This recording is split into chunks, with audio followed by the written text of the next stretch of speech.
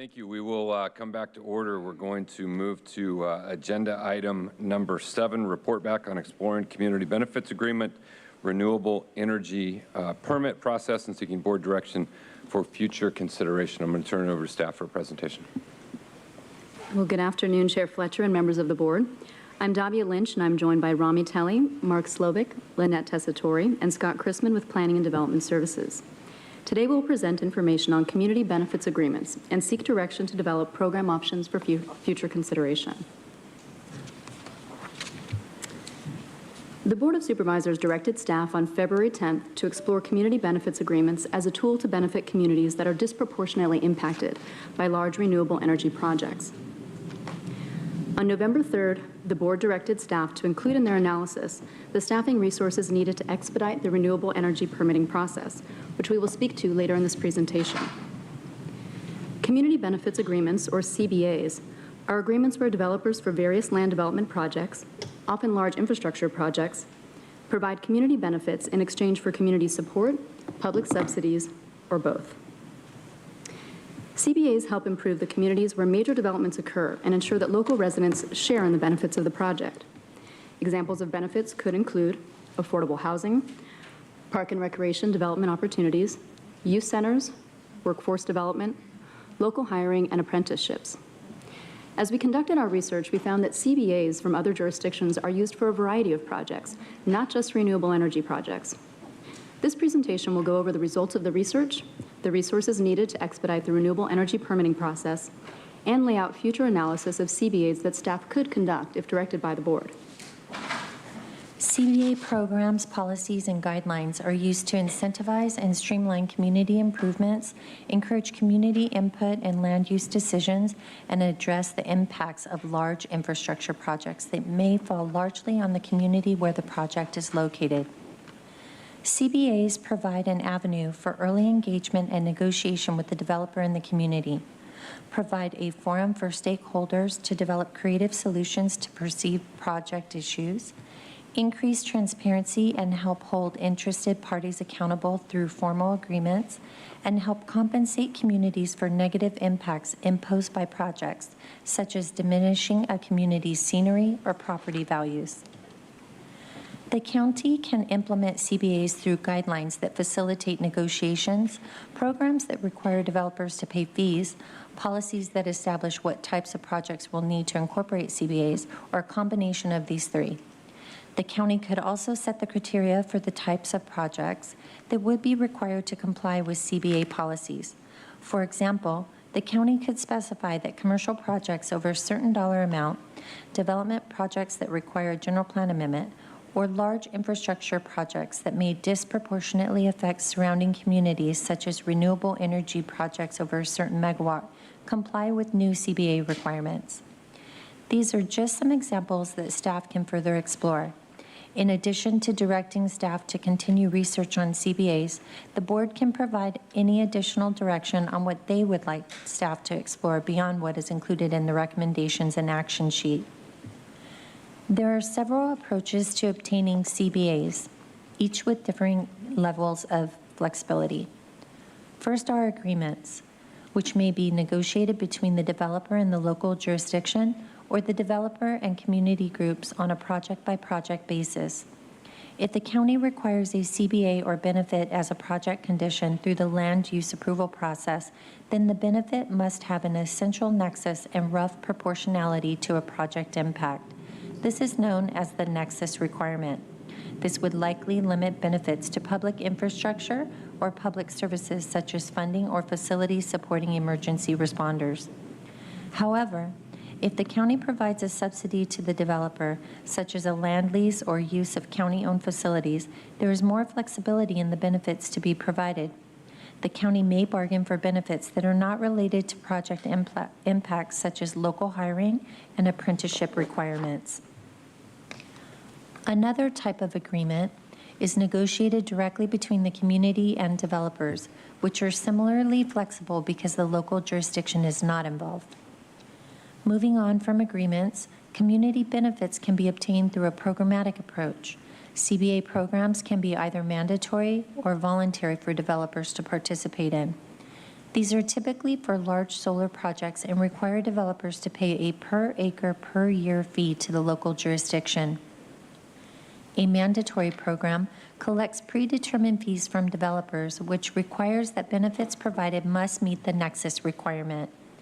Additionally, since this would be a fee, there must be a reasonable relationship between the fee's use and the type of project.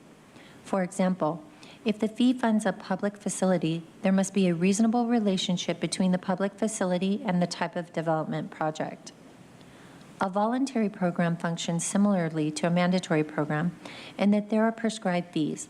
The difference is that developers are not required to participate in it, and so there is more flexibility in terms of what types of benefits could be obtained.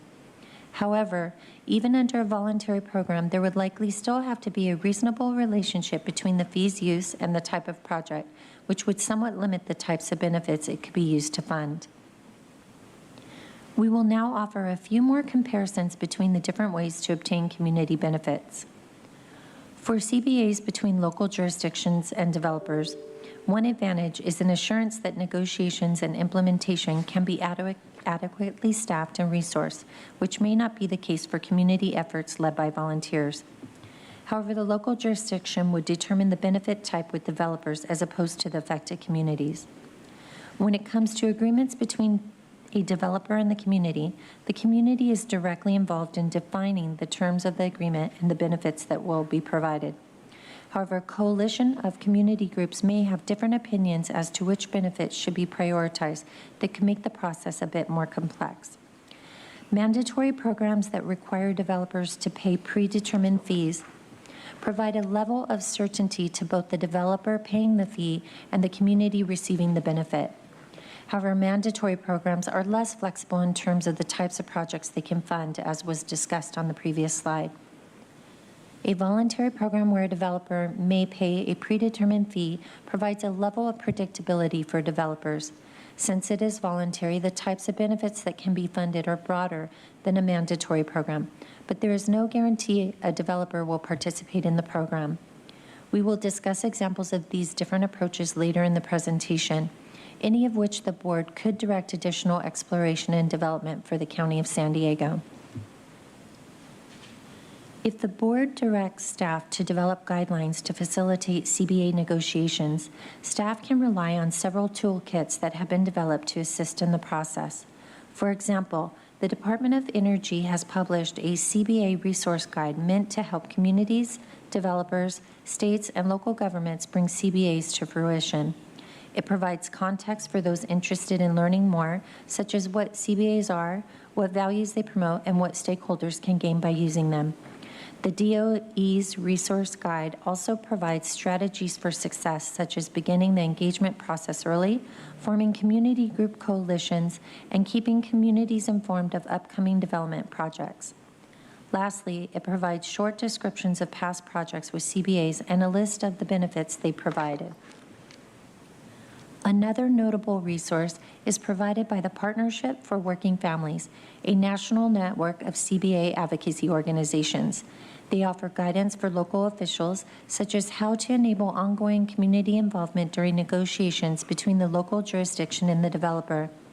They also discuss ways to ensure compliance with the CBA, such as establishing community oversight committees, and provide an in-depth explanation of the Nexus requirement discussed previously. The partnership also offers an online planning tool for communities that helps them understand how to build coalitions and prioritize community concerns.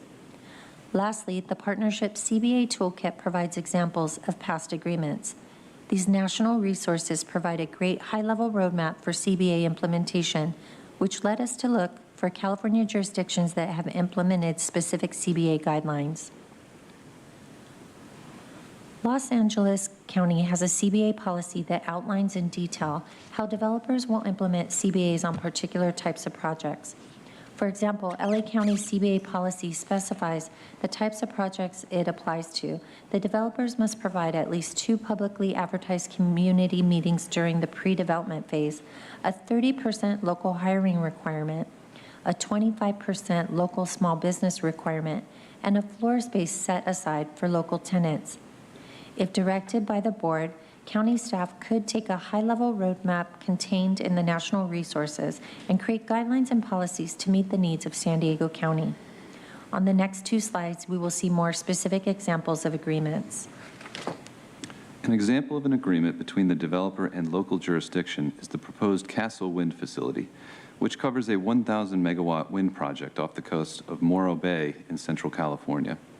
The city agreed to provide the developer an exclusive option to lease the city's infrastructure for connection to the electrical grid, and the developer agreed to provide economic benefits to the city, including local hiring. The developer will also seek input from local fishing organizations on how to design the project in a way that reduces impacts on commercial fishing. An example of an agreement between the developer and the community is the Los Angeles Sports and Entertainment District CBA, also called the Staples CBA, which was entered into by a coalition of over 20 community groups. The Sports and Entertainment District included a hotel, a performing arts theater, a convention center expansion, and over 1.5 million square feet of retail and residential space. The CBA included a local hiring program where employers were required to hold positions open for 3 weeks to interview local low-income individuals and those displaced by the project. To address the community's affordable housing concern, the developer dedicated at least 20% of the total housing units as affordable units and contributed $650,000 for interest-free loans to other developers for additional affordable housing projects. The next 2 examples are of programs. Examples of a programmatic approach to CBAs include Riverside County, which has a mandatory program specific to large solar projects over 20 megawatts. This program requires solar developers to pay a $150 per acre per year fee with a 2% cost escalator. A study is performed prior to the collection of the fee to understand the needs of the area surrounding the project. The fees are then used to fund public infrastructure projects or public services identified during the study. Riverside County's Executive Office is in charge of allocating the collected fees. Developers must also ensure sales and use taxes are allocated to Riverside County to the maximum extent possible. Imperial County operates a similar but voluntary program where solar developers pay per acre per year fees for solar projects. Fees are paid to Imperial County and are then used to provide loans and grants for local projects in the areas of community services, such as animal shelters and libraries, economic development, such as small business loans, and wildlife habitat conservation. Imperial County created a Community Benefits Advisory Committee composed of 5 community members and 2 county staff to review loan and grant applications for local projects. Once the committee approves an application, the board then allocates funding to the project and the funds are released. A standard approach for PDS is to conduct stakeholder outreach to gain input on potential recommendations and approaches. Staff held 3 public input sessions that were open to anyone interested to learn more. Staff also participated in meetings with a variety of stakeholder groups, including community planning and sponsor groups, or CPSGs, environmental groups, developers of residential, commercial, and industrial projects, business organizations, and labor organizations. If directed by the board, staff will continue to seek stakeholder feedback in the next 180 days and will proactively engage community members through social media, bulletin board posts in libraries, and participating at community events in the unincorporated area. Staff will also ensure these notices are translated into the 5 threshold languages. CPSG members suggested that they should be the focal point for any future CBA discussions to ensure members of the affected communities are included. Some also felt that the developers should negotiate at the community level rather than with individual community members or groups. Board policy currently limits CPSG members' ability to bargain for community benefits. If directed by the board, staff can investigate modifying current board policies to provide CPSG members more flexibility. Environmental groups such as San Diego 350 and the Nature Conservancy emphasize that community benefits that help the environment should be considered. A microgrid, which is infrastructure that allows areas to maintain power during larger grid outages, could be considered a benefit because it can help maintain power to critical facilities such as hospitals and shelters. Lastly, habitat restoration and protection could be benefits funded by future CBAs. Development groups, such as the National Association of Industrial and Office Properties, expressed that any future CBA program should be voluntary, affordable housing should be considered a benefit, and a market study should be conducted to determine the economic impact of a CBA program. If directed by the board, staff will present the cost to conduct this type of a study when we return in 180 days. Business groups, such as the San Diego Regional Chamber of Commerce, also believe any future CBA programs should be voluntary, recommend that the local chambers of commerce be involved in the negotiation process, and caution that CBA programs could increase the cost of building, making San Diego an uncompetitive market that would add a barrier to housing projects. Labor groups, such as the San Diego and Imperial Counties Labor Council, San Diego Building and Construction Trades Council, and International Brotherhood of Electrical Workers, would like the county to incorporate local hiring provisions, skilled and trained workforce requirements, and apprenticeship requirements in any future CBAs with developers. They also stressed that project labor agreements are the best way to ensure projects achieve these workforce requirements. A project labor agreement, or PLA, is a pre-hire collective bargaining agreement between a developer and building trade unions that govern terms and conditions of employment for all craft workers. PLAs can establish basic standards for hiring, dispute resolution, payment of fringe benefits, and utilization of apprentices. In addition to the direction we previously received for CBAs, the board provided additional direction in November to prepare recommendations on staffing options to meet the needs of processing and expediting renewable energy project reviews. Renewable energy projects include large-scale solar arrays, wind farms, and battery storage facilities. To streamline permitting for these types of projects, we recommend adjusting current staff positions in the following ways. First, the County Fire Protection District will reclassify one staff position as a fire protection engineer. Fire protection for renewable energy systems is complex, and having an in-house expert will save permit processing time. Second, Planning and Development Services will designate up to 3 of its current staff members as renewable energy liaisons, who will be knowledgeable of the renewable energy review process. The liaisons will be the main points of contact for renewable energy developers and help them navigate the county's permitting system.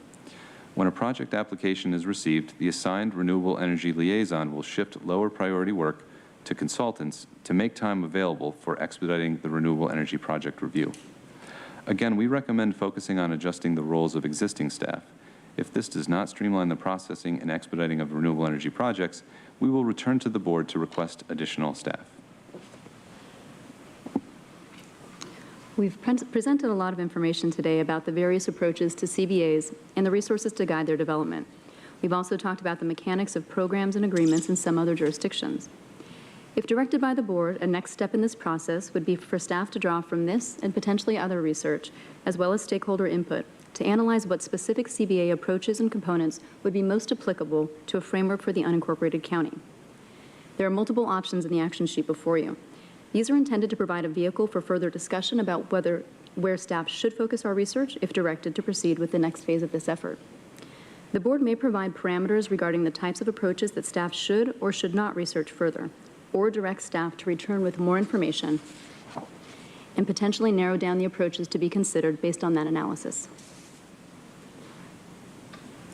At this time, staff recommends the board find that the proposed project is exempt from the California Environmental Quality Act, and direct staff to investigate the feasibility and resources needed for the county to establish one or more of the following: a mandatory CBA program, a voluntary CBA program, guidelines for CBAs between developers and communities, guidelines for CBAs between developers and the county, including potential incentives the county could offer to developers, and/or identifying the types of projects CBAs would apply to, and modifying board policies to allow CPSG's, community planning and sponsor groups, to participate in CBA negotiations. Based on board direction today, staff would come back in 180 days with the analysis regarding options, costs, and resources needed for developing the community benefits program for further direction. We welcome any direction that the board would like to provide regarding how to proceed with additional work on CBAs. Thank you. Appreciate the presentation. I'm sure we'll have some questions. Why don't we go to our public speakers and then we'll come back to the board. Thank you, Chair Fletcher. We have 14 total requests to speak, 3 individuals in person, and 11 requesting to speak by phone. I would also like to note for the record that we did receive 1 e-comment on this item, and that was in favor. Any members of the public that requested to speak on this item by phone, please dial into the conference line now using the instructions that were provided to you. We will begin with the in-person speakers. As your name is called, please come forward and stand against the east wall under the murals until it is your turn to speak. I'd like to invite forward Jim Whalen, Kelly Batten, and Abdur Rahim Hamid. You will have 2 minutes to address the board. Please begin by stating your name for the record. Thank you. Morning or afternoon. Jim Whalen, J. Whalen Associates, 2851 Camino del Rio South. 2 minutes is pretty fast to go through everything I want to go through, but I will and see if there's any time left over. First of all, thanks to staff. They really did reach out, and we're still reaching out and working through things. I and my company have a long history of supporting community benefit agreements. We have 2 underway voluntarily in Borrego Springs and Boulevard with the establishment of schools foundations in both areas who can use it. We contribute $1,000 a megawatt for each project. 2 examples, the VTOL one in Ocotillo Wells, and then Hagen, of course, in Boulevard. I'm in support now, but I'm afraid I have to say make it mandatory because not everybody volunteers, and it makes the people who do respect the local communities in which we work who get the raw end of the deal, not necessarily be able to count on what's coming. And we've had enough situations where not everybody did contribute. There are lots of options to leverage funds, but we think it's better to have defined items because funding is too hard to mess with and see where it's going to go. Defined tasks are available. Most communities have what they call revitalization councils. They'll have a list of priorities there. You can work off that list. Let's see. Local hires, that's a problem. We do project labor agreements for all of our deals, and we don't get any local hires. So the unions have to step up for that. The infrastructure finance districts, I'll put that out in front of you too. That's an opportunity the county could do. It's a way to create an income stream. Staff knows some. I can touch on it if you want to talk about more later. Wildlife habitat's always on the table. And then the last thing is not renewable energy. In San Diego, 3 seconds. San Diego City, you have to make a pitch to the Planning Commission to do a general plan amendment. Can I say why?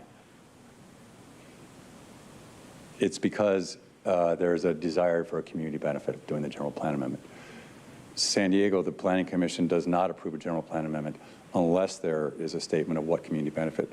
You might consider that here rather than imposing it directly. I'll stop there and call me if you have any questions. Thank you.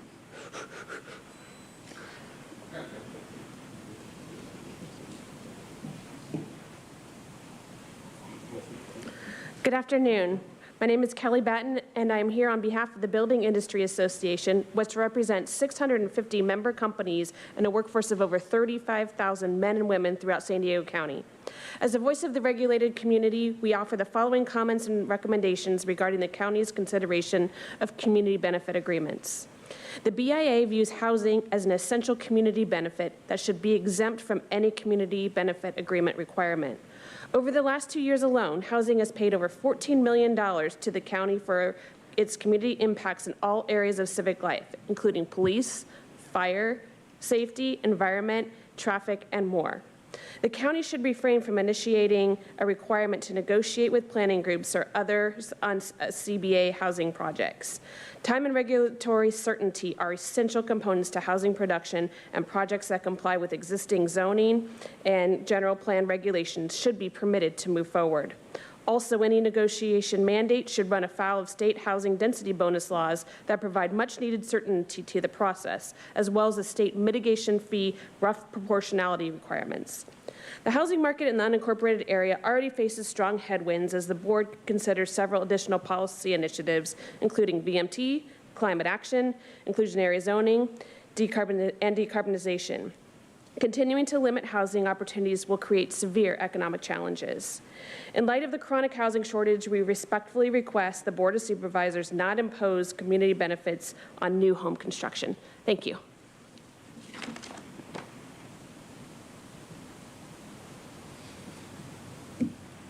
afternoon. Nathan Fletcher, how are you, and how's your wife? Yeah, give her my regards. Jim, thank you for coming out to our graduation. We really enjoyed having you there, and I'm sorry that the rest of you might not have gotten an opportunity to be there, but we're doing some big things with the apprenticeship program that's open shop and non-union. I want to say that we are here to support. I represent the National Association of Black Contractors. Could you please state your name for the record, sir? Abdul Rahim Hamid, and I'm the national president. I was just talking to our Chicago chapter about some of the same issues dealing with Sharon Williams. You know, we're in favor of a prevailing wage ordinance on private properties because it levels the playing field. Levels the playing field because it creates opportunities for union and non-union contractors to compete, and it also levels the playing field for alleged all apprenticeship programs. And under the Shelley-Montoya Act, division of Section 77.5 that requires 1 apprentice to every 5 journeymen, it doesn't say union apprentice or non-union apprentice, it says state and federal apprenticeship. So I'm just talking to another agency about their inclusionary perspective of what that means to allow all apprenticeship programs, which is nothing more than an illusion of inclusion, because they're saying that all apprenticeships can participate, but the benefits and the resources have to go to the union stores. So you're asking us to build bricks without straw, Moses. And so if we're going to utilize an apprenticeship program that helps urban inner city communities, and historically, CBOs have been detrimental to the African American community. Look at the numbers, not my numbers, but look at Liz's numbers. Look at the Metro LA numbers. They do not fare well with African Americans. So when we talk about Black Lives Matter and equity and inclusion, and then we come in with a rubber stamp, union-based PLA, you're talking about exclusion. So I'd like to sit down with you to really talk about what that really means, and I'd like to work with the trade unions to make that equitable. Thank you. Thank you. Now we will hear from those that requested to speak by phone. When it is your turn to speak, you will be unmuted, and you will hear a recording that will tell you to begin your comments after the beep. I would like to remind the callers that they should mute their TV or live video stream before they begin speaking. We will begin with our first caller. Again, please state your name before beginning your comments.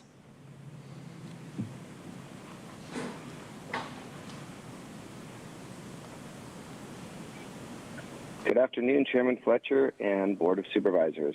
Dustin Steiner speaking on behalf of the over 800 member companies of the Associated General Contractors San Diego chapter. Our members build many of these projects, and while we support a number of the goals of this community benefits agreement, such as expedited permit processing, local hire, and apprenticeships, we have also been down this road before. So-called community benefits agreements have been used in the past as a Trojan horse to hide discriminatory project labor agreements, which have a history of excluding much of San Diego's construction workforce. We have an opportunity here to craft a CBA that is inclusive and that can deliver these promised benefits to the communities of San Diego. We look forward to working with county staff over the next 180 days. Thank you for your consideration of our comments.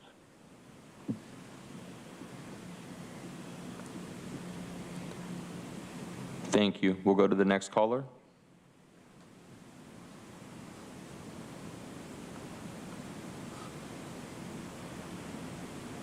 Hello, everybody. My name is Sean Keone Ellis. I'm a political organizer for United Association Local Union 230. I represent over 1,800 members here in the San Diego region and Imperial counties. We stand in support of community benefits agreements. What essentially that does is it allows the community to be actively involved in all projects coming up in the future when it comes to local hire, when it comes to hiring provisions for a local workforce, apprenticeship programs. They are tested and proven across several cities and across several states, including Los Angeles. We know it's good for the county, and we support that with the building trades and the IBW. One concern that we do have is with the renewable energy permit process. We would love to see more than just wind, solar, and battery projects. With a lot of technologies coming in with hydrogen hubs and sustainable aviation fuel, we would love that to be part of the discussion when it comes to community benefit agreements and streamlining a renewable energy permit. Supervisors, thank you for your time. I know you guys are going to have a long meeting today. I appreciate your guys' time, and you guys have a beautiful day.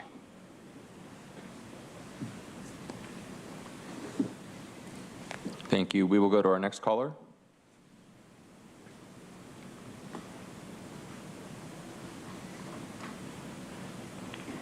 Pam Hetherington, Environmental Center of San Diego. Good afternoon. Thank you for the discussion on community benefit agreements. It is a step in the right direction, hopefully avoiding another Jacumba debacle. Developers with both commercial and residential projects need to be held accountable to the communities they involve themselves in. Please support option A with a bit of C and make CBAs mandatory, but please add a more in-depth equity dimension. Hold community outreach efforts to an equitable standard so each and every community member has a voice. Consideration of PLAs and the environment must be standard. Not every member of the community knows their rights or the ins and outs of their local governments. Your goal needs to be inclusive, not exclusive. Developers don't budge on their return on investments. Community input, as we saw in Jacumba, is not a big priority for them. Outreach isn't always easy, but always necessary. We look to you to level the playing field. Thank you kindly. Thank you. We'll go to our next caller.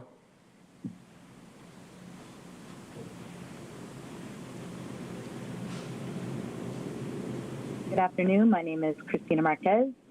I'm an environmental organizer for IBEW Local 569, the Electrical Workers Union. IBEW strongly supports directing staff to move forward with the development of a community benefit agreements program for renewable energy and other large projects.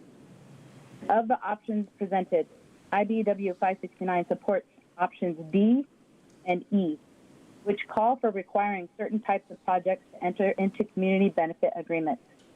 In particular, counties should require community benefit agreements as a condition of the sale or lease of county land for a proposed project and a condition of receiving county grants, fee waivers, expedited approval, or other incentives.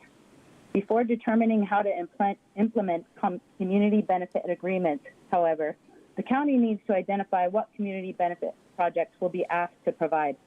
Staff should be directed to come back with a summary of specific community benefit goals and requirements for the board to consider and prioritize.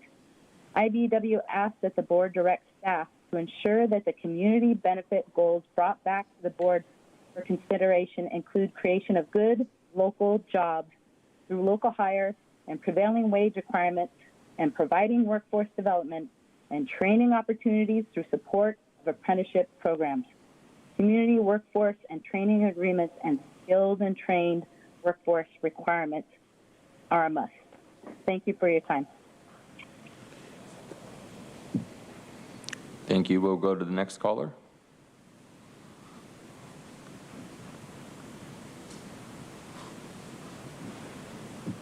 My name is Kalila Fetterman on behalf of California Union for Reliable Energy, or CURE. CURE submitted written comments on this item. CURE is a coalition of labor organizations whose members construct renewable energy and energy storage projects throughout California. CURE strongly supports the county's efforts to develop community benefit agreements, proposals, and guidelines. The most common and effective method of tying construction projects to community benefits are community workforce and training agreements.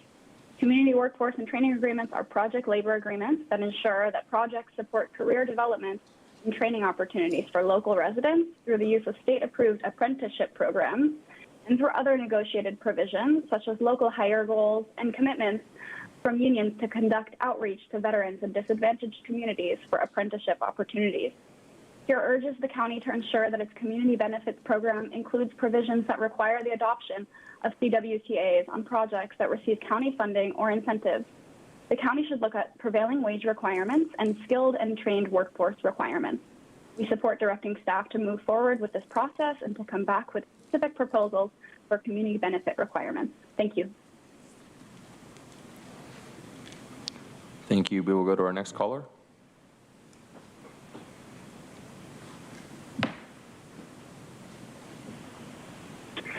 This is Mark Kennedy, 10108 Riverford Road in Lakeside. I'm with Lakeside Land Company. We understand the board's desire to investigate expanding the use of community benefit agreements beyond the original renewable energy focus.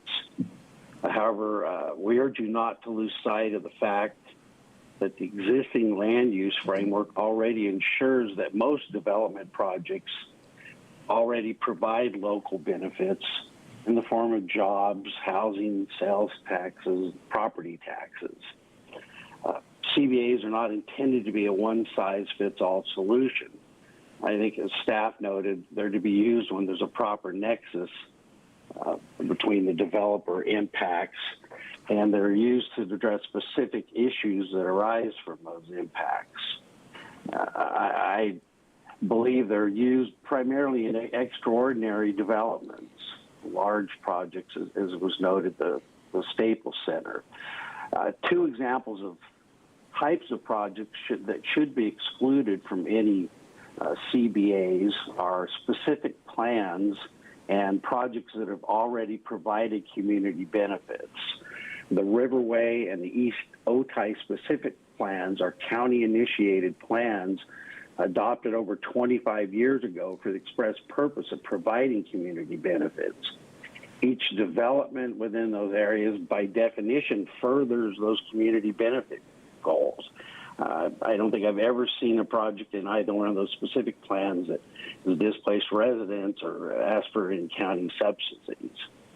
The last example I would say that should be exempt are projects that have already provided community benefits. An example would be our purchase, our land here in Riverway. All right. Thank you. Thank you. We will go to the next caller.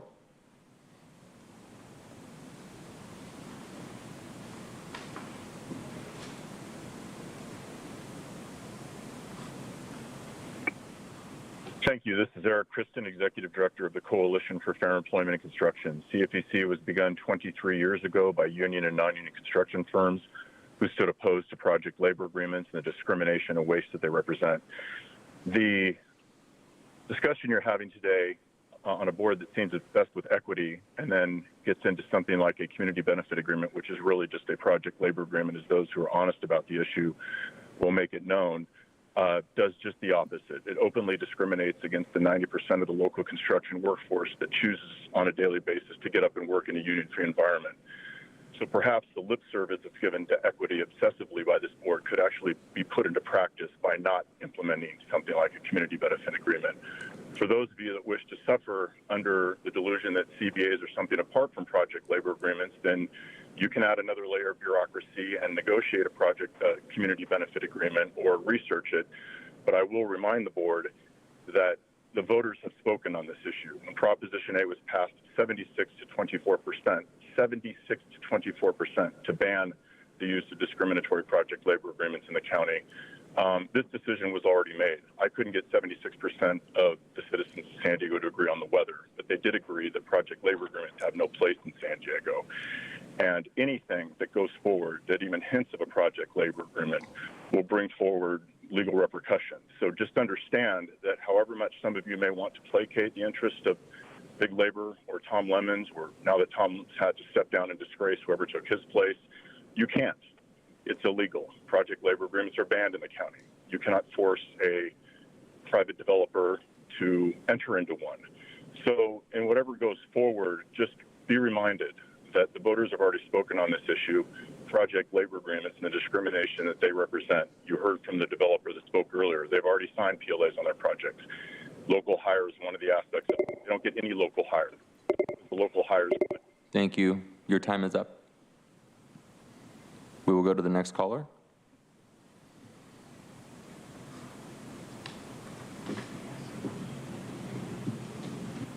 Good afternoon, Supervisors. This is Madison Coleman with Climate Action Campaign, calling in support of the county to expand and make mandatory community benefits agreements. CBAs are a great opportunity for the county to demonstrate a real commitment to equity and prioritize programs and policies that incentivize and streamline community input in future land use decisions. The county must ensure that the development and implementation of CBA programs and policies take place first in consultation with a diverse set of stakeholders from working class communities of color and communities of concern most impacted by the climate crisis. This includes providing specific benchmarks and funding sources for each program and policy. We also recommend that the county expand the use of CBAs beyond renewable energy projects. We hope that these CBAs will be used as a tool to help us all better reach consensus on important community benefits for certain communities, and we look forward to collaborating more on this important initiative. Thank you as always. Thank you. We will go to our next caller.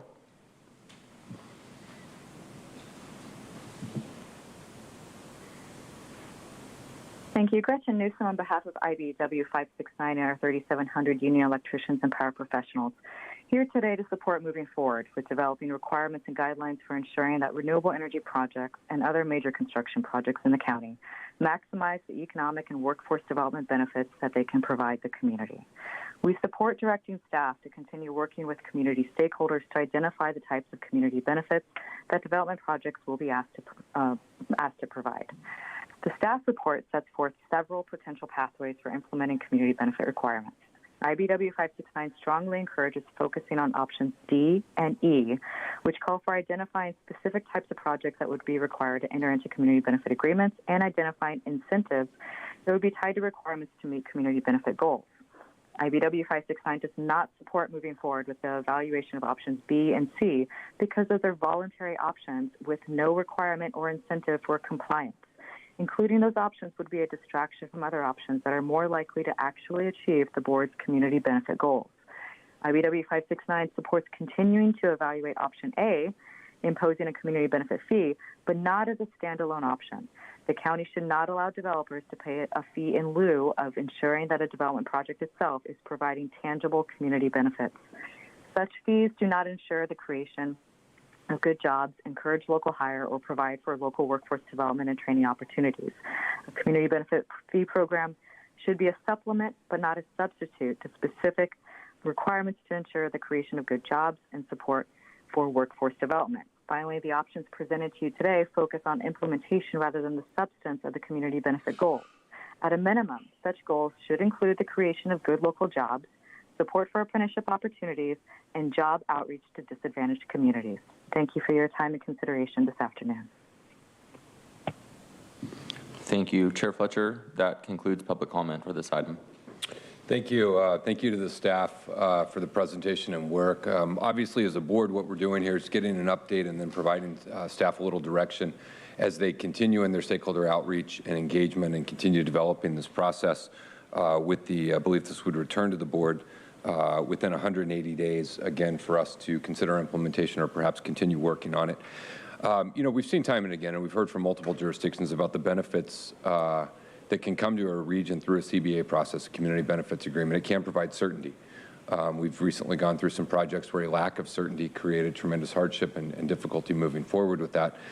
We also see in the analysis the multiple surrounding jurisdictions that have some form of community benefits agreement, so we can learn some lessons and we can see that it can actually be helpful to us in our efforts. And I think it's important to understand that you know, when we're trying to do this and we're trying to ensure fairness and help the folks, there's two different communities. One is the community that builds the project. Those are the individuals that are involved in the environment around the actual construction. And then the second is the community that surrounds where the project is built. And we want to try to make sure we are doing right and doing fair by both of those two communities.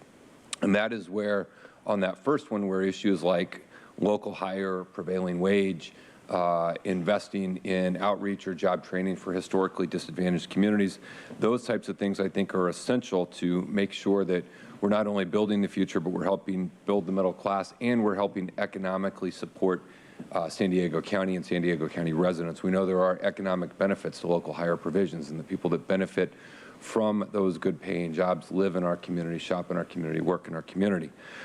We also know that there are things that need to benefit the community surrounding where that project is done. And so what we're trying to do in this effort is do both of those, and if we can, create some incentives, expedited priority approval process, other things like that that can help incentivize the developers as we seek to meet some of our regional needs that we go.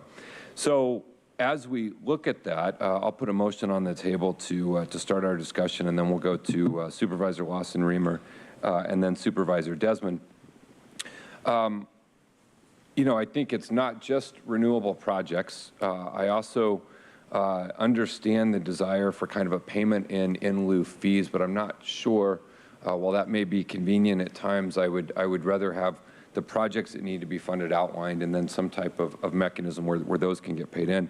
So I'll make a motion to guide our discussion here that obviously we would adopt number 1 as it relates to CEQA.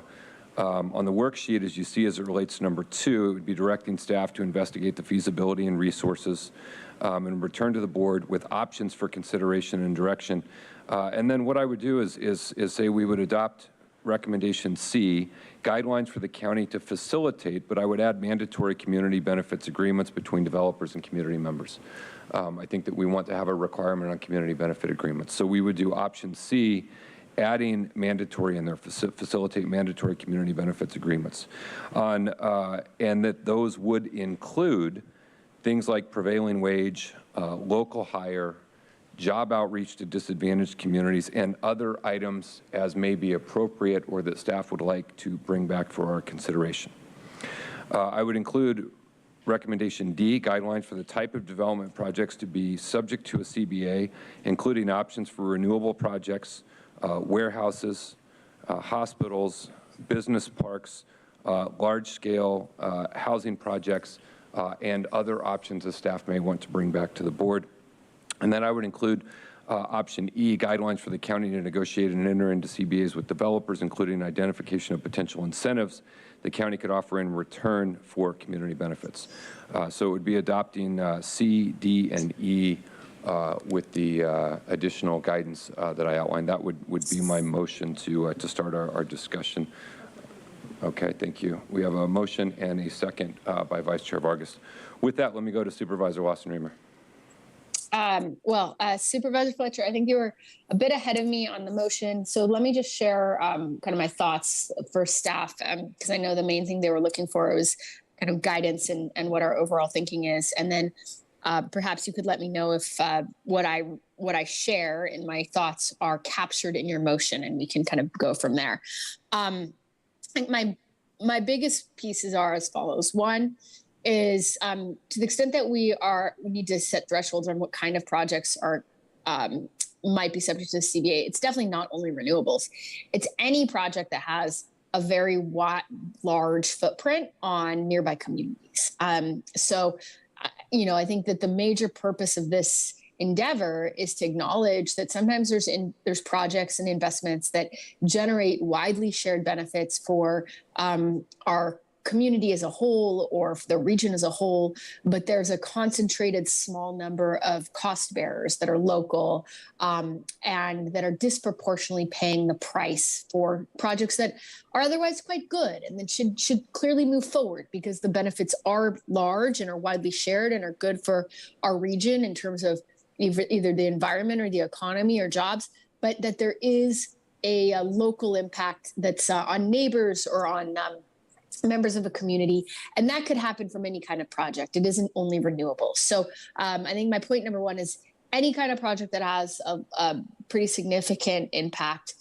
regardless of type of project, should be subject to the CBA requirements. Second, we clearly want to create a level playing field, not a race to the bottom. So we want a mandatory CBAs because or else anyone who does choose to be a good neighbor and be a good business partner to the local community and to local community members would be at a competitive disadvantage. And we certainly don't want to disadvantage our most upstanding members of our community. I heard that comment from one of our testifiers, and I thought that was really persuasive and right on. So that's the second thing. I think the third thing goes to who are the appropriate beneficiaries of a community benefit agreement and what are the right kinds of benefits. And this, I really want to focus on Nexus. Of course, there's lots of benefits that are generated by projects that happen in a community. That's why we have them. And I think that's wonderful. And we need to keep facilitating those. But the point of this is not to be, the CBA is not throw the entire kitchen sink of all our policy tools into this one this one negotiation, right? Because we have lots of policy tools at our disposal to pursue broad-reaching policy objectives. It's really to say, how do we ensure that if there is a harm or an externality, as an economist would say, that's being imposed and unduly and unfairly borne by a small group or even a medium-sized group, that we have a mechanism in place to compensate them from that externality and ensure that they also enjoy some of the benefits. So I think a good example of this would be, if you're building, we can talk about the airport. You have an airport and you need an airport, but there's some local community members who are, their houses fall in value by half because now they're in the flight path. Well, that would not be fair. We certainly need the airport, but it would be fair for a few people's homes to fall in value by half. And so they should be compensated. And that is the kind of thing I'm looking for as a nexus between an externality or a harm imposed by a project and a compensatory mechanism to make sure local community members are not unduly paying more than their share. And that also has the added advantage if you're actually making sure that the project is internalizing the externalities imposed, that the project is, that means it will be appropriately priced and costs will reflect the actual costs of doing business as opposed to pushing those costs on external actors. I'm happy to talk at length about externalities. I don't think we need to do that any further, but I think that was the third piece, is that nexus around harm imposed and ensuring that we're compensating for those externalities and not trying to throw the entire kitchen sink of all the different policy objectives that we might have around a project. So let me just stop there. Those are my three big thoughts, and maybe I could turn it back over to the chair to see how that would fit in with your motion. So I think, number one, on significant impact, I outlined some of the types of things, renewable energy, warehouse, hospitals, business parks, large-scale housing, et cetera. I think I would just add a thing there to say other large-scale projects would have significant impact to encapsulate what Supervisor Wasson-Reamer outlined. The second, on the mandatory component, we did add that on C, guidelines for the community to facilitate mandatory community benefits agreements. What I would suggest, Supervisor, is that on C, guidelines for the county to facilitate mandatory community benefit agreements between developers and community members, which should include items like prevailing wage, local hire, job outreach to disadvantaged communities, and other items as appropriate, with a focus on a nexus between the impact of the project and the community impacted. And I think that will take into account the nexus that you outlined. And so I'm happy to make those three additions. I'll ask the seconder of the motion who's happy as well. And so I think those changes will encapsulate the three items you outlined there. That would be great. I think it may add, I would say, the focus on the nexus between individuals negatively impacted, not just impacted, because you could be positively impacted by a project as well. So add negatively in there. Got it. Okay, good. All right, let's go to Supervisor Desmond.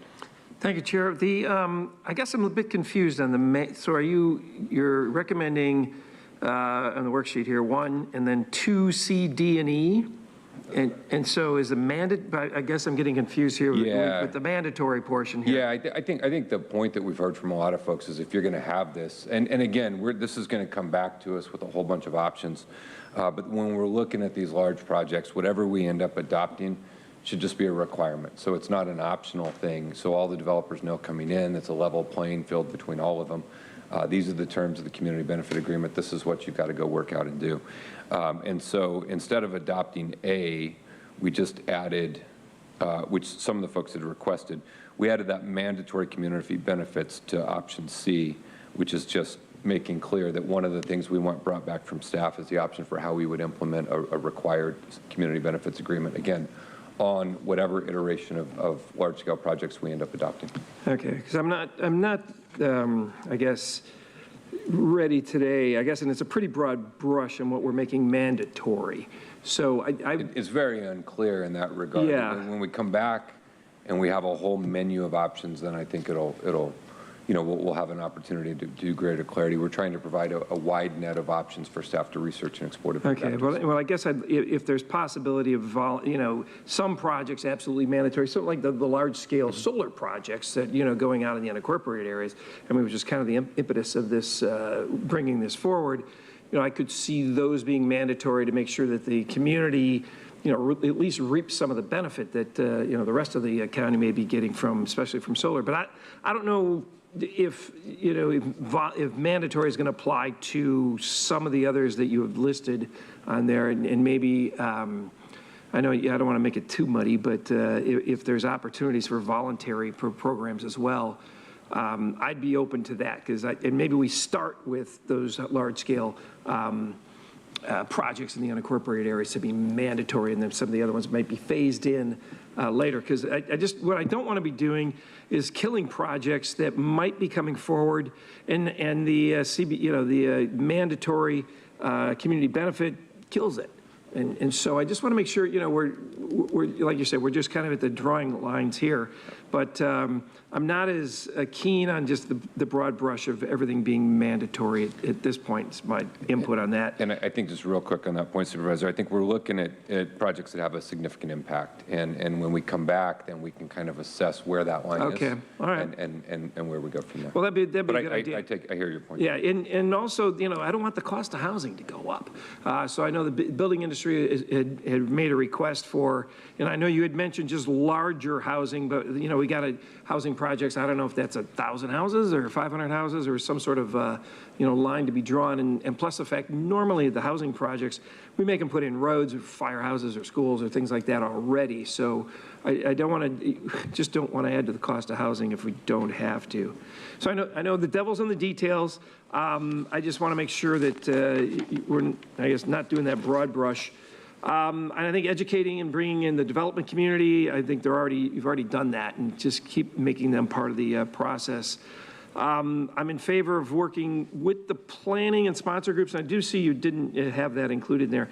I was very concerned about having our sponsor groups actually part of the benefit negotiations. I think we should definitely take input, but as far as having them part of the, and having their priorities and they're the ones closest out there, but I don't know if to be actually directly at the table negotiating is I think something probably not in their wheelhouse, and I think it might be some other entity, either Luge or somebody else doing the actual negotiations with the community planning groups and sponsor groups input. So one thing I did, with Hamid coming up earlier, we're talking about local hire and apprenticeships. If we do have, and I'm all for local hire. I mean, local hire and local jobs. Heck yeah, as many as we can get working locally. But I'm also, I'm not a PLA fan, never have been. But we should have open shop apprenticeship programs. If we're going to do apprenticeship programs, there should be open shop to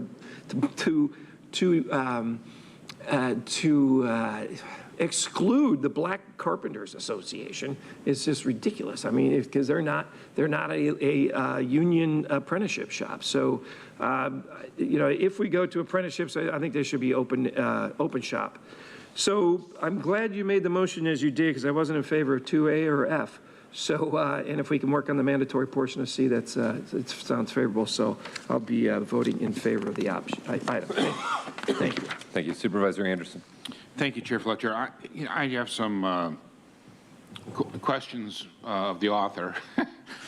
So when we talk about significant in size, what are we thinking in terms of, or what are you thinking in terms of, so that we have some definition for the staff? Because, I'm looking at housing after VMT got done with us, and we haven't even gone through all the additional things that we have to do moving forward. We had just shy of 18,000 houses that were, or homes potentially available in my district. It's been reduced down to fewer than 3,000. So, I'm looking at the cost of housing. I'm looking at the narrowing of what's left. And I'm worried that we're gonna leave no room for these to be affordable? Yeah, I think what we're thinking of is directing staff to come back with some ideas around what is significant, and I think we should let them do their job. The second thing is I think that there's an ongoing misunderstanding of VMT in general. Policy doesn't say housing can only be built in those areas. It says there's going to be some mitigation if you're not in VMT efficient areas, just like there's mitigation today surrounding levels of service. So that's a topic for another day as it relates to VMT. But I think we should just give staff some flexibility to work on bringing us back some options about what they think are significant, and then when it comes back, we can decide if we like it or if we don't, or if we want to adjust it or not. Thank you for that clarity. And, you know, while people say that about VMT, and I get it, if I turn around and told you that you can build a home that's affordable, but there's $1 million tax on it, it's intellectually dishonest. And so I think that when we're thinking through this, that whole notion that people are going to pay VMT fees and it's going to pencil out, unless things radically change tomorrow with inflation, that is not going to be workable for what were just under 18,000 homes that are no longer available in my district. But I'm not quibbling over that. I'm just thinking we've got 3,000 left. We have a housing crisis, and what can we do to make them more affordable so that all walks of life have an ability, and no one's going to build to lose money. Nobody's in business to lose money. It's not a sustainable business plan. So that's what concerns me greatly about it. And then the other part is, and I'd like staff's input, but as I understand it, if I were to put in a project of 3,000 homes, I'd be if I was the developer, I'd be responsible for the roads, the infrastructure, the schools, all these parks, all these elements. Is that negotiated, or is that pretty mandatory? How does that work? I've not. I've made laws at a much higher level, but I've not been closer to the road where the rubber meets. Supervisor Anderson, through the chair. You're correct that it's the developer's responsibility to construct all the infrastructure that's part of the project. There is some level of, I would say back and forth that's involved in the extent of that infrastructure, but it is the developer's responsibility to fund it. So, adding additional cost of additional community benefit when they've already are putting that stuff in for those large projects, I'd like staff to think about that when they come back to make sure that we're reminded before we vote in the next go-around that much of the things that we would ask for in a community benefit are already there. And I think that when you look, at least in my district, there's not going to be any projects for 1,000 homes. We're talking about complete infill and working off the infrastructure that's already there. So I'm trying to think what else. The other thing I'd like to just bear in mind is, if I have a project and it's downtown San Diego or downtown El Cajon or downtown Santee or any of these communities, they're sophisticated. They're community activists. I mean, we have a meeting and groups show up and they speak and they're very, very sophisticated. When you're working with a rural community like Acumba, we went out there several times trying to get a consensus of the community, trying to help and guide them to make sure that they got true community benefit that they deserved, because they were clearly being imposed on, and I think everybody on this board agreed and even said something to that during that meeting. They were ill prepared to negotiate, and I would say that I disagree a little bit with my colleague, because when you're out there and you're talking to them, there were 30 people with 30 different ideas, but they didn't represent more than one person each.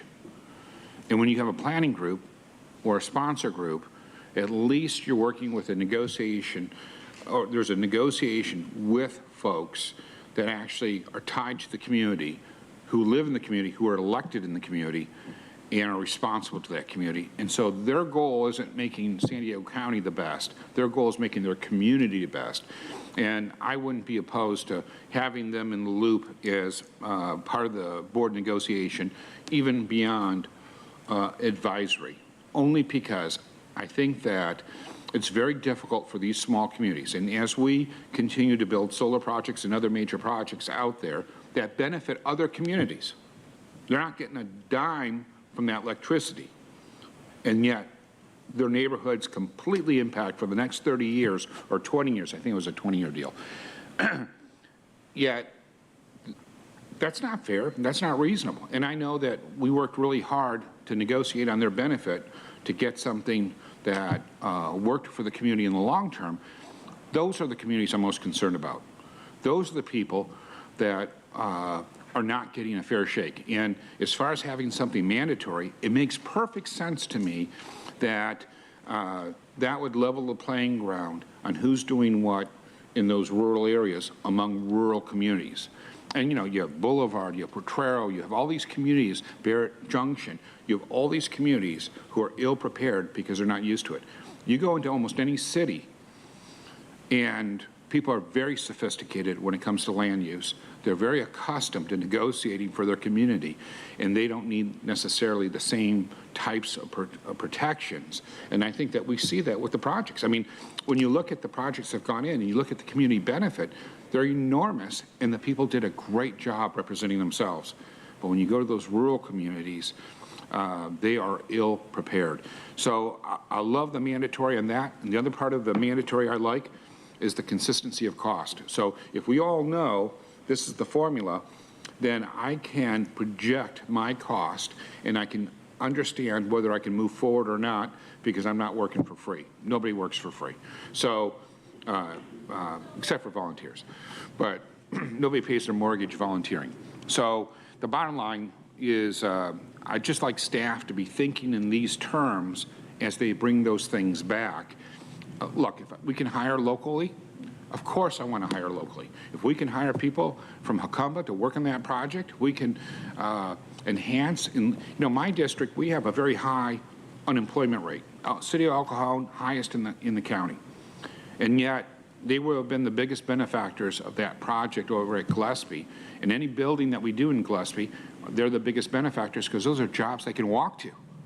They don't have to drive across, you know, they don't have to create VMT. They can walk to the job.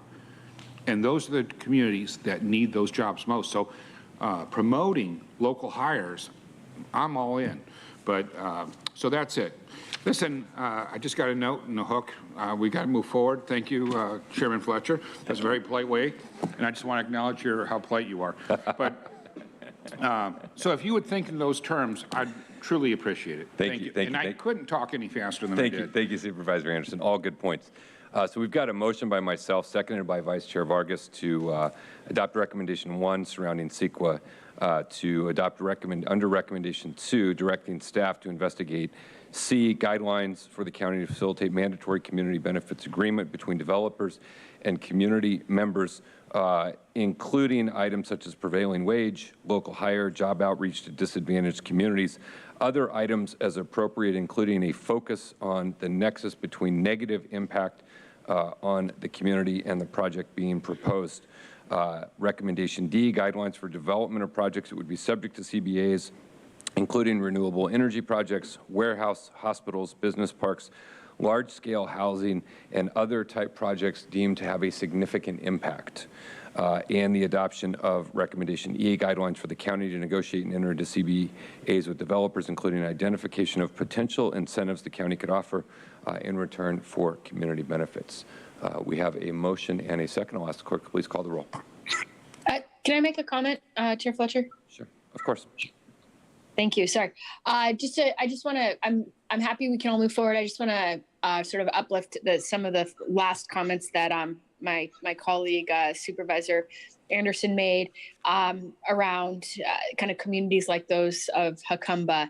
And when I think about this, and I'm saying this for staff as you kind of go and develop these next set of options, I am definitely thinking about those kinds of communities who were not necessarily sophisticated to level the playing field, and we need to play that role and make sure that people don't get taken advantage of. And so that is why I was so focused on the nexus of negative harms imposed and the kinds of community benefits agreements that we could enter into, and you know, just wanted to make sure that I could echo those comments. So thank you. Great, thank you. Call the roll. Thank you, Chair Fletcher. Supervisor Anderson? Aye. Supervisor Lawson-Remer? Aye. Supervisor Desmond? Aye. Vice Chair Vargas? And Chair Fletcher? Fletcher, aye. Thank you. That motion passes unanimously with all supervisors being present and voting aye. We're going to move to agenda item number 8, sunset review. I believe we have a brief staff presentation on this item. We'll give them a chance to get set up, and then we will turn it to them.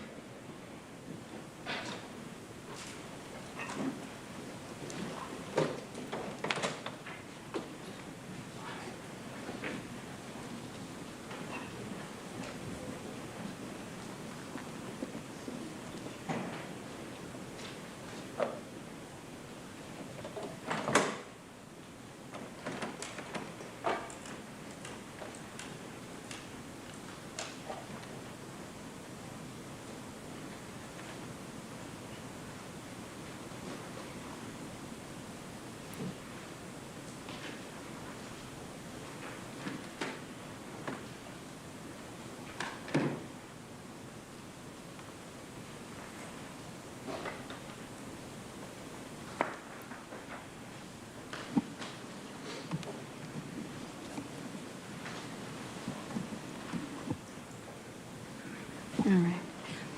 Good afternoon, Chair Fletcher and Supervisors. I'm Davia Lynch, and I'm joined by Sean Oberbauer and Mark Slovic with Planning and Development Services. Today, we will be presenting item number 8, which is the sunset review of Board Policy I-63.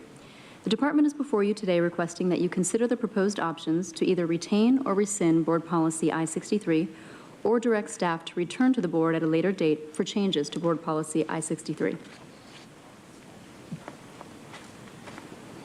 Board Policy I-63, General Plan Amendment Initial Reviews, was created in 1976 to consolidate several board policies and streamline development review standards. It's currently subject to sunset review in accordance with Board Policy A-76, the sunset review process. The 7-year cycle sunset review process is intended to ensure that relevant policies and provisions are updated and renewed, while obsolete policies and code provisions are removed. Board Policy I-63 sets the standards and guidelines for private general plan amendments, or GPAs, focusing primarily on the pre-application review process. I-63 was most recently updated during the general plan update in 2011.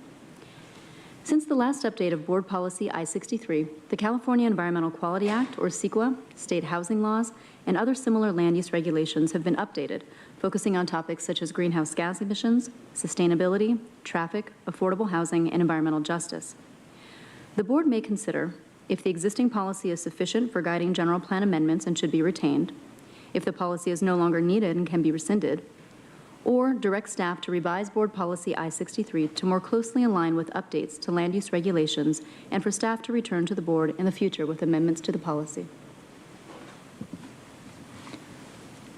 The existing version of Board Policy I-63 sets the guidelines for review tied to 2 types of pre-application processes.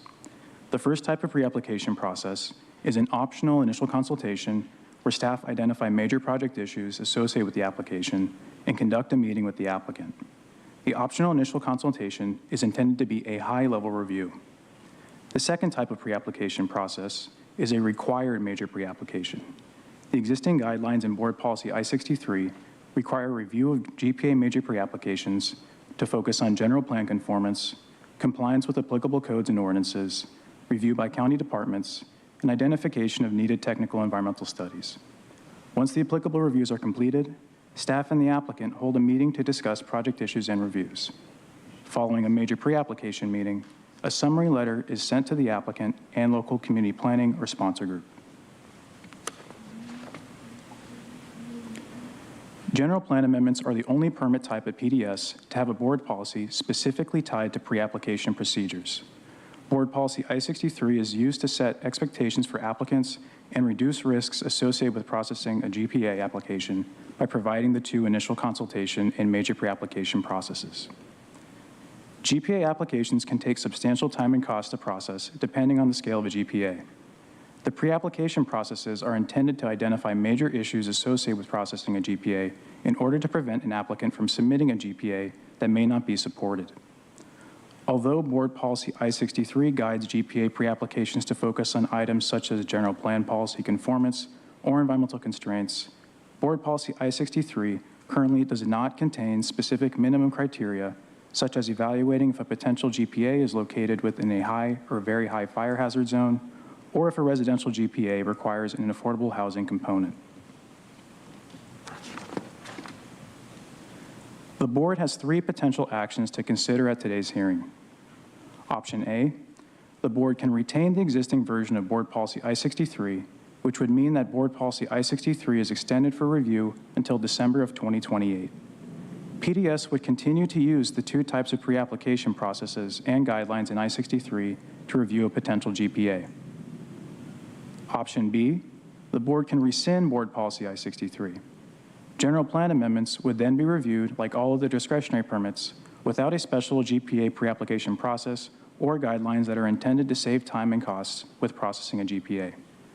PDS would still recommend that applicants submit a standard pre-application for a potential GPA, but the pre-application would not be reviewed under specific guidelines set by a board policy.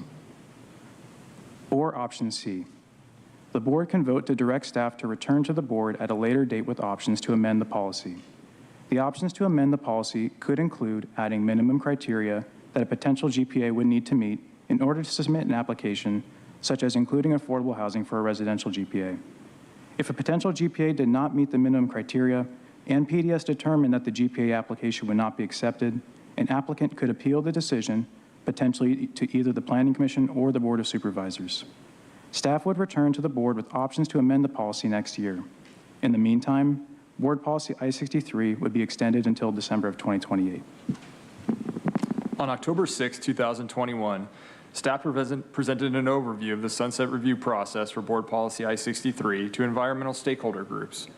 Overall, the attendees of the meeting supported changing Board Policy I-63 to include minimum criteria for potential general plan amendments. On October 14, 2021, staff presented the sunset review process for Board Policy I-63 to the Building Industry Association stakeholder group. Overall, the attendees of the meeting had concerns with changing the policy. Several comments were received focusing on how developers already acknowledge the risk of processing a general plan amendment and that additional pre-application review steps and criteria that are intended to reduce risk are unnecessary. Throughout November of 2021, staff has reached out to community planning groups and design review boards, as well as a wide range of stakeholders, including unions, business industry members, and land use interest groups. Staff received comments regarding how GPAs would be reviewed if Board Policy I-63 was deleted. Staff will conduct meetings, workshops, and outreach to gather additional input if the board takes action to direct staff to update Board Policy I-63 and to add minimum criteria. Planning and Development Services recommends that the board consider the options to either retain or rescind Board Policy I-63 or direct staff to return to the board with options to amend Board Policy I-63. PDS also recommends that the board consider the action taken associated with the sunset review process of Board Policy I-63 to be exempt from CEQA.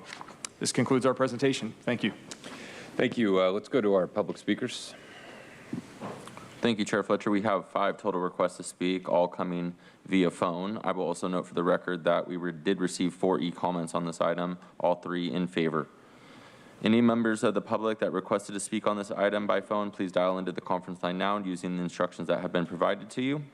We will hear from those that requested to speak by phone. When it is your turn to speak, you will be unmuted and you will hear a recording that will tell you to begin your comments after the beep. I would like to remind callers that they should mute their TV or live video stream before they begin speaking. We will begin with our first caller. Again, please state your name before beginning your comments.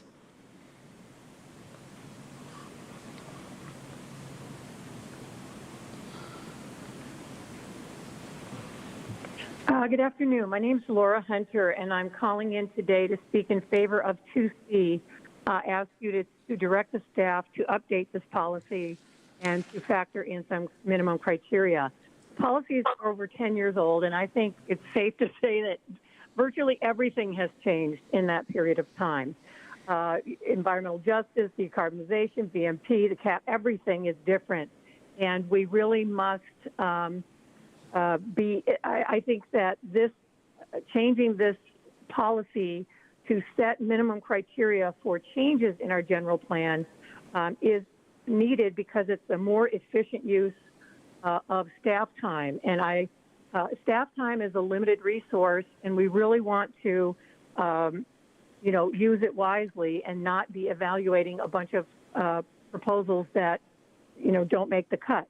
I understand that industry thinks that it's unnecessary, and many of them, I think, do factor in all, reality in general plan amendment applications. Unfortunately, in my experience, some are speculators. And so the minimum criteria will not only make sure that they're on the right track, but, in the right ballpark. And that these GPAs that you look at, remember that this just applies to changes to the GPA, and we should make sure that they advance our goals and establish minimum criteria before we spend a lot of our public sources on them. So please send this back to staff for revision by adopting Action 2C. Thank you very much. Thank you. We will hear from our next caller.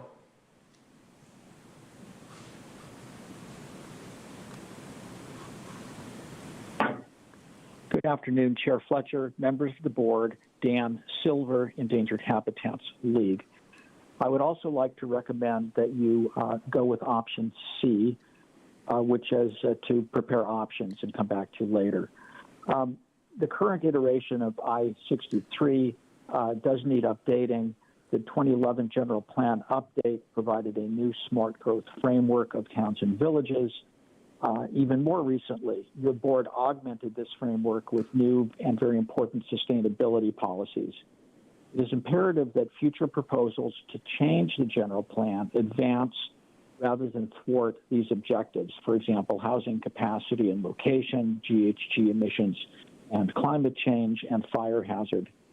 Applicants deserve to be advised at the earliest point in time of inconsistencies so that money and time is well spent rather than badly spent. In conclusion, we strongly support option C to include minimum criteria for GPA applications as a vital way to keep your sustainability goals on track. Thank you. Thank you. We'll go to our next caller.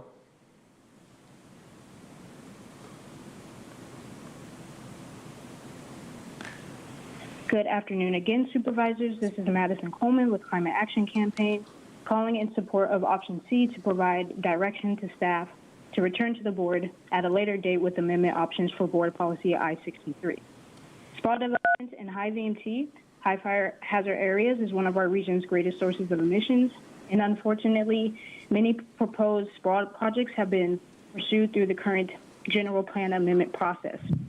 The updated criteria amendments to the policy focus on affordable housing, community benefits, and CEQA guidelines needed to stop sprawl development. Again, we urge you to amend board policy I-63, and we look forward to continued collaboration on this important effort. Thank you.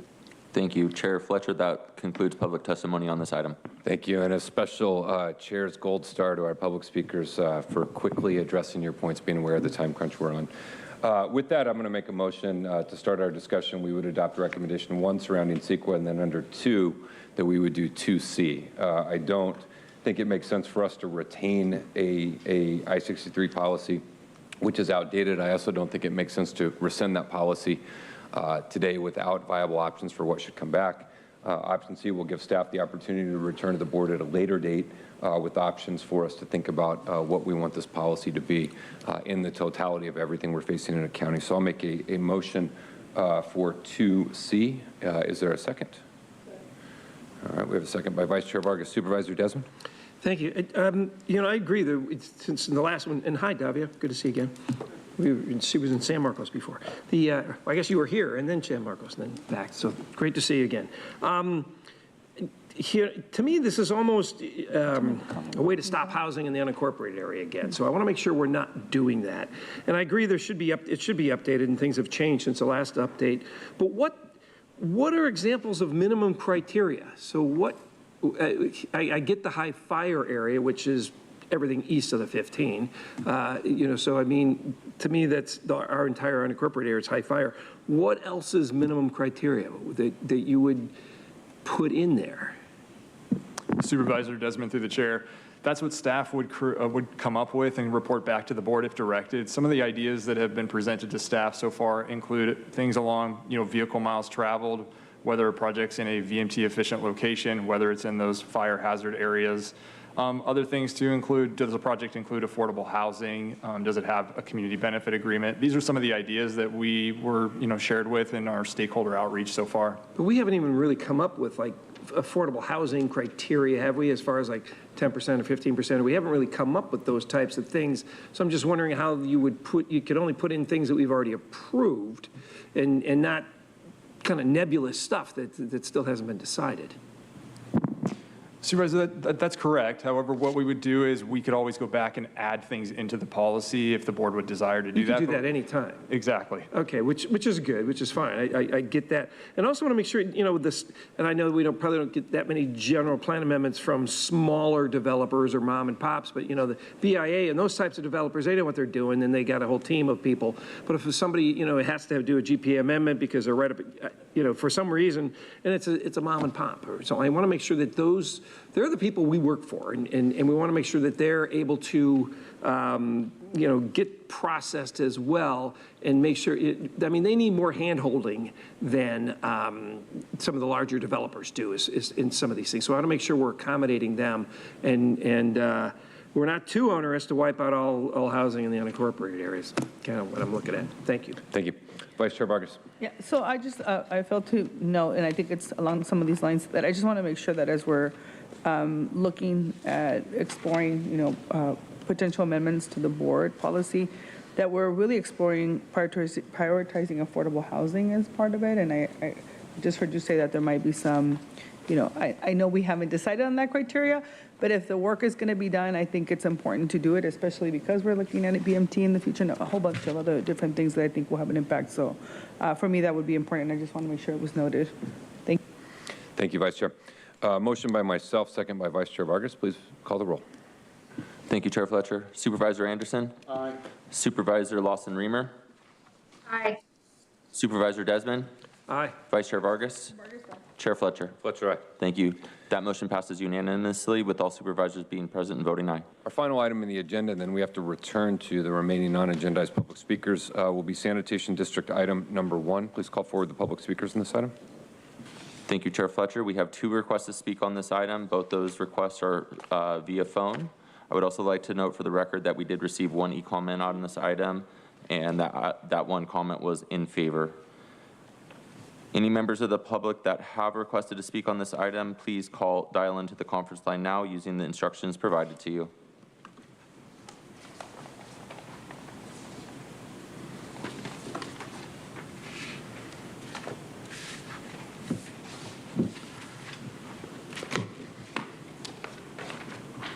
We'll just give it a few more seconds. We have one coming in.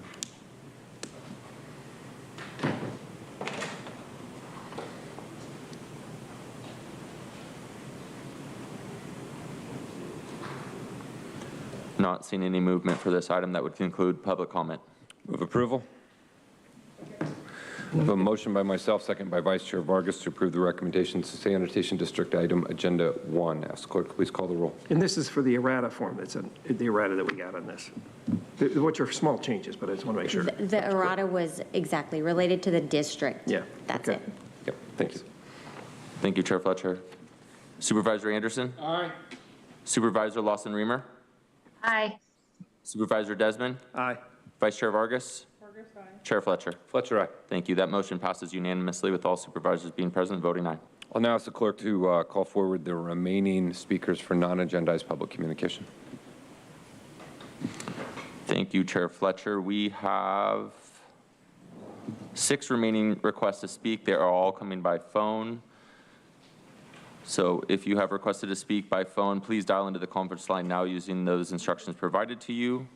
When it is your turn to speak, you will be unmuted and you will hear a recording that will tell you to begin your comments after the beep. I would like to remind the callers that they should mute their TV or live video stream before they begin speaking. We'll begin with our first caller. And again, please state your name before beginning your comments.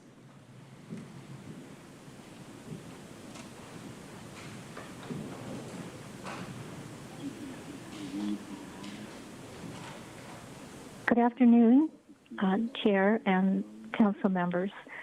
My name is Kathleen Libet, and oh gee, where did it go?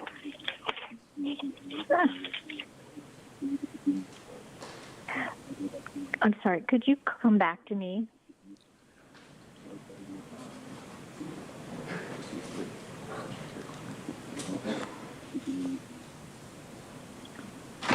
Yes, we'll come back to you. Thank you, and we'll go to our next public commenter.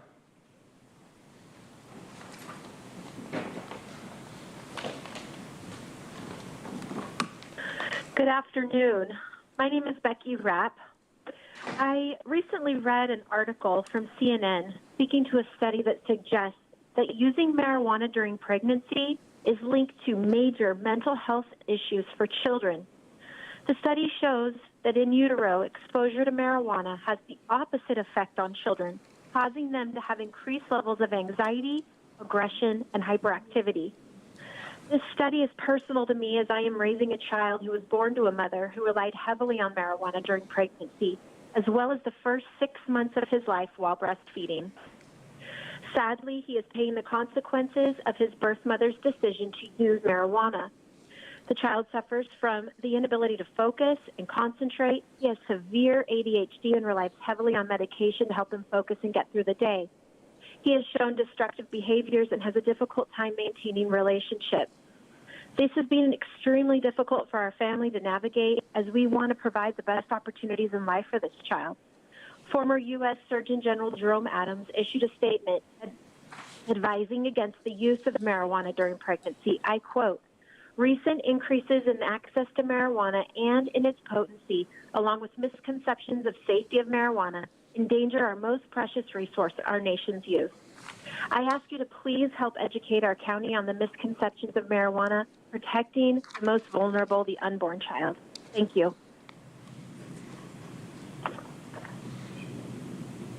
Thank you. We'll go to our next caller.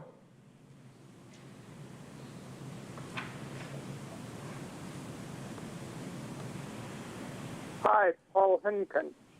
Good afternoon, San Diego. Hello, Supervisors. I want to thank you for making the call-in procedure a tiny bit easier. I applaud. Oh, sorry, no clapping. I approve of the federal courts knocking down all 3 of Biden's vaccine mandates as an illegal restraint on free trade and yet another government overreach unsupported by law. So now that it's the law of the land, I urge you again to rescind your vax mandate. And by the way, it would not hurt to review the correspondence I sent on multiple inflammatory syndrome, MIS, because you all got it. And by the way, it wouldn't hurt to review all the correspondence that I and others sent us to keep up with the COVID news.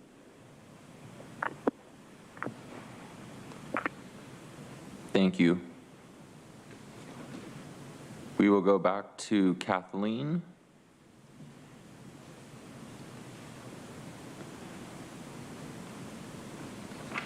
Thank you. My apologies for my confusion earlier. My name is Kathleen Lippitt, and as a public health practitioner, I once naively believed that the field of public health would be free of the bias and subjectivity I have seen in the social sciences. I could not have been more wrong. Today's public health is one of the most politically influenced fields of all. Over the last year, we have seen how politics and money have manifested themselves in policy decisions. While the final stages of drug experimentation, abuse, and addiction are prioritized, prevention efforts and messaging are ignored by the county. This is particularly evident in the intentional inattention to one of the most popular drugs for adolescents, marijuana, and the significant role it plays in the social and mental health issues the county now faces. It is deeply troubling to hear the board and its top public health officer recognize the problem of fentanyl and other opioid overdose while ignoring the increasing role high THC and flavored marijuana plays. Michigan, Vermont, Connecticut, Massachusetts, and other states have been sending warnings from their poison and drug centers documenting fentanyl and opioid-laced marijuana in overdose cases. Patient self-reports denied that the marijuana that they used was laced with any other drugs, but blood tests confirmed that they were present. However, San Diego County has yet to issue similar warnings. The county's unholy alliance with the marijuana industry has indulged a perverse incentive to ignore any data that puts marijuana in a bad light. I appreciate the opportunity to speak. Thank you. Thank you. Chair Fletcher, that concludes the request for non-agenda public communication. Thank you. I want to thank our final caller for making the case for why it's essential that we have a safe, well-regulated, legal and structured cannabis market so we can avoid the illicit market and the dangers that it clearly provides. That concludes the business before the board today. We will adjourn into closed session. Thank you, everyone, for joining us. The board will now recess into closed session to continue consideration of those matters listed under item 27 on yesterday's agenda. If there are any reportable actions, they will be reported out after the conclusion of closed session today.